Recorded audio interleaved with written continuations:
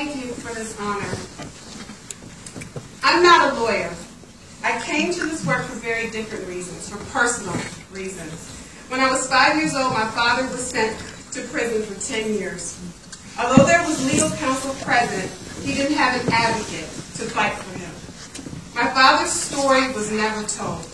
His absence hurt my mother, myself, and my 3 siblings. It crippled our family.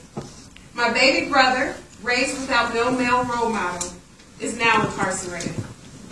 I grew up having no faith in the criminal justice system or the lawyers appointed to represent the people I saw every day in my community. So I became a public school teacher, working in systems that had great social challenges. I tried to break the cycle on the front end, but I felt helpless and hopeless. I felt like I couldn't save my students from the cradle to prison pipeline. Then I met John Rapping, who I happened to marry, and he introduced me to so many passionate public defenders fighting every day to learn and tell the stories of their clients. They were the safety net in case the education system failed our children. And I realized there was hope. These public defenders, many of them in the room this evening, humanize their clients. They remind the system of what justice is and of the dignity of those the system impacts. Gideon's Promise exists because we believe that in order to stop the processing of poor people into prison cells, we must have a committed community of public defenders to force the system to treat people like human beings and not numbers on a court docket.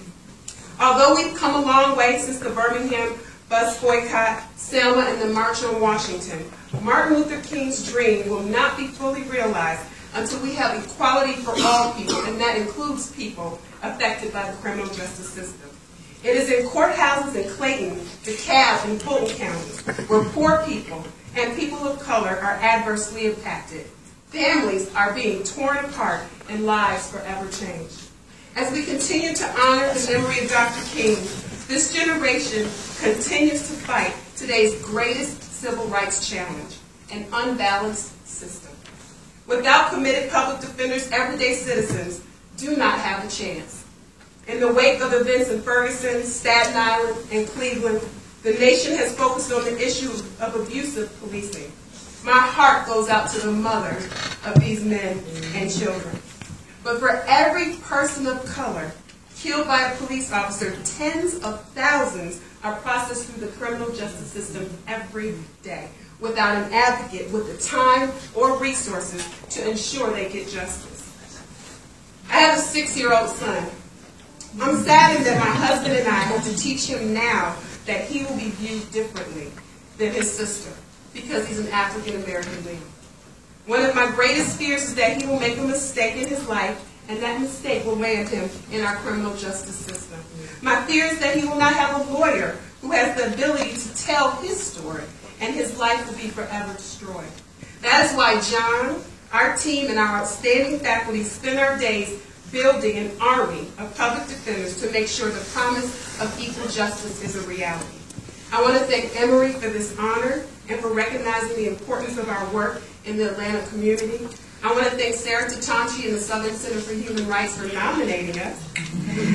I want to thank my amazing staff who's here today and my children, Aaliyah and Lucas. And most importantly, on behalf of some child out there whose father or mother made a mistake, I want to thank the public defenders who are part of this community for helping a little girl like me know that the lives of her family members matter. Thank you.